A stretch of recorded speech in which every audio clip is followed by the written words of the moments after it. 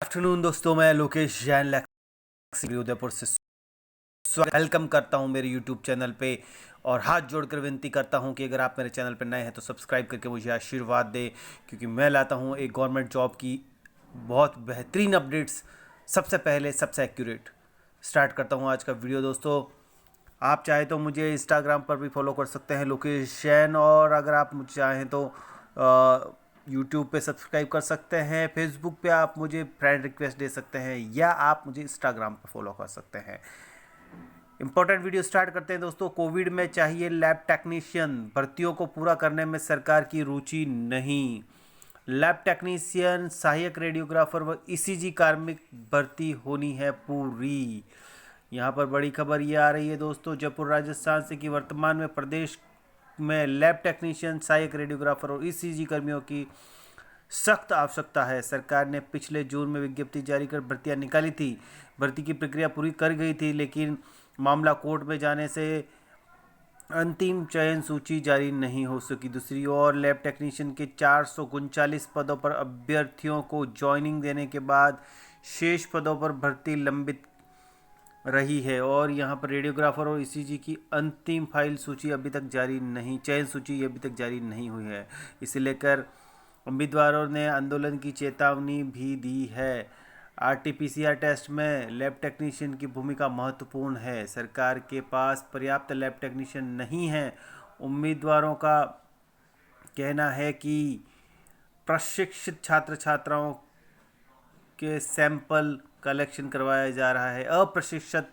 अप्रशिक्षित छात्र छात्राओं से सैंपल कलेक्शन कराया जाता है। इसके बाद जांच, सीटी स्कैन और एक्सरे किया जाता है। इसमें रेडियोग्राफर की महत्वपूर्ण भूमिका होती है। कोविड में इसे हृदय रोगियों के लिए ईसीजी टेक्नीशियन की भी सख्त आवश्यकता है, ये कहना है यहाँ के जितने भी उम्मीदवार हैं। यहाँ पर अगर मैं बात करूँ तो जो भरत बेनीवाल हैं, राष्ट्रीय अध्यक्ष हैं all India medical student association के, उन्होंने क्या कहा है सुनते हैं।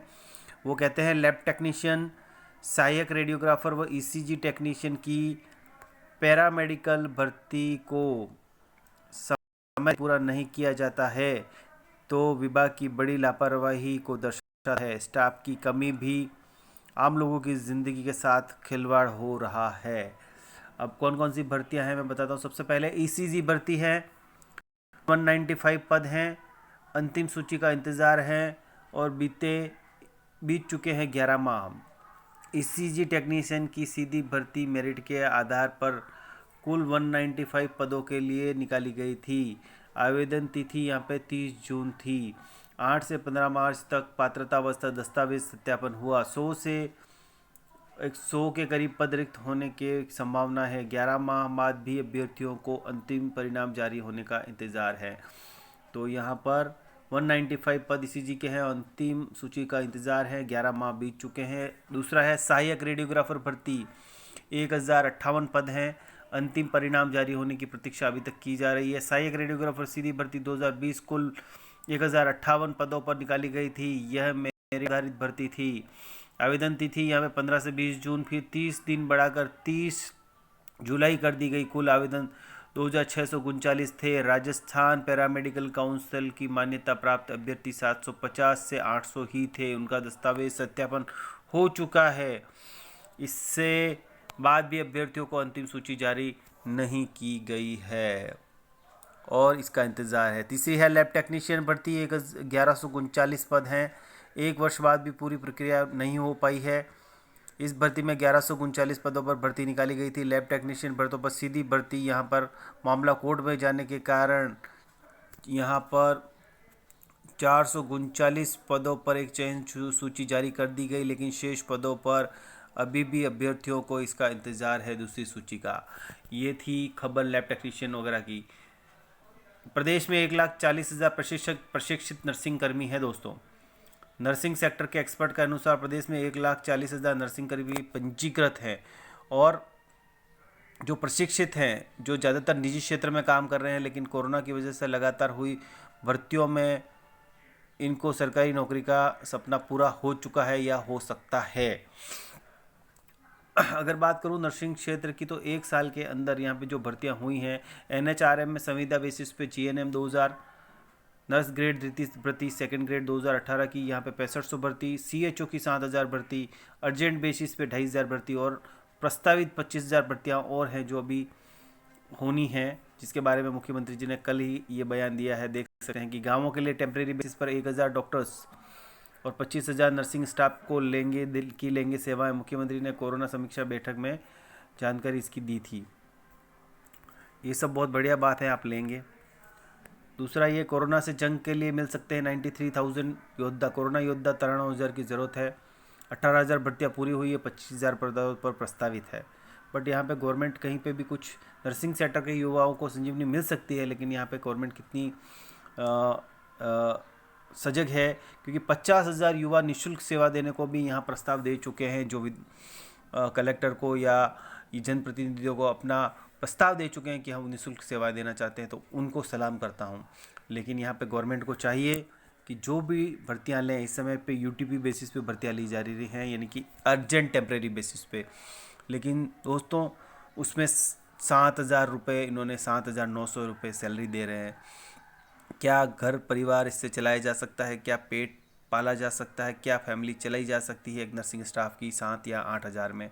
CHO को इन्होंने अभी लिया है, नाम बड़े और दर्शन खोटे, CHO कम्युनिटी हेल्थ ऑफिसर। मैंने सुना है कि स्टार्टिंग के 6 महीने इनको 8,900 रुपये सैलरी दी जा रही है। दोस्तों, सैलरी इतनी कम है।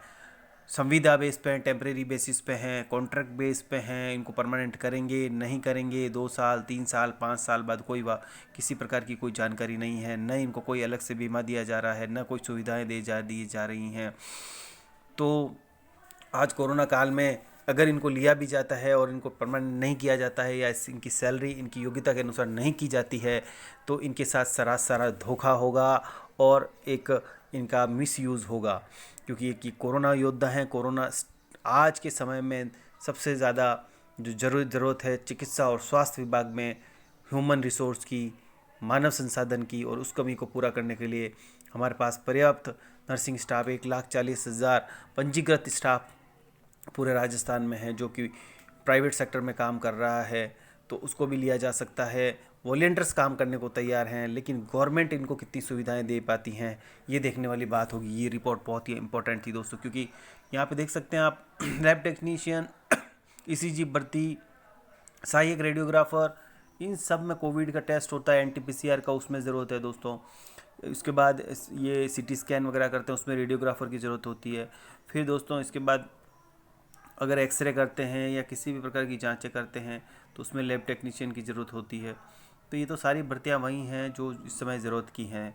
तो ECG कार्मिक वगैरह सारे, वार्ड बॉय की ज़रूरत होती है दोस्तों, इतने सारे डॉक्टर्स की, मेडिकल स्टाफ की, MBBS की, नर्सिंग स्टाफ की, GNM, ANM, BSc नर्सिंग वाले बहुत सारे कैंडिडेट यहाँ पर भर्तियों का इंतजार कर रहे हैं। गवर्नमेंट कितना दे पाती है, एक बड़ी रिपोर्ट, इंपॉर्टेंट रिपोर्ट लेकर हाजिर हुआ था दोस्तों। इजाज़त दें अपने भाई दोस्त लोकेश जैन को। Thank you so much. Thank you so much.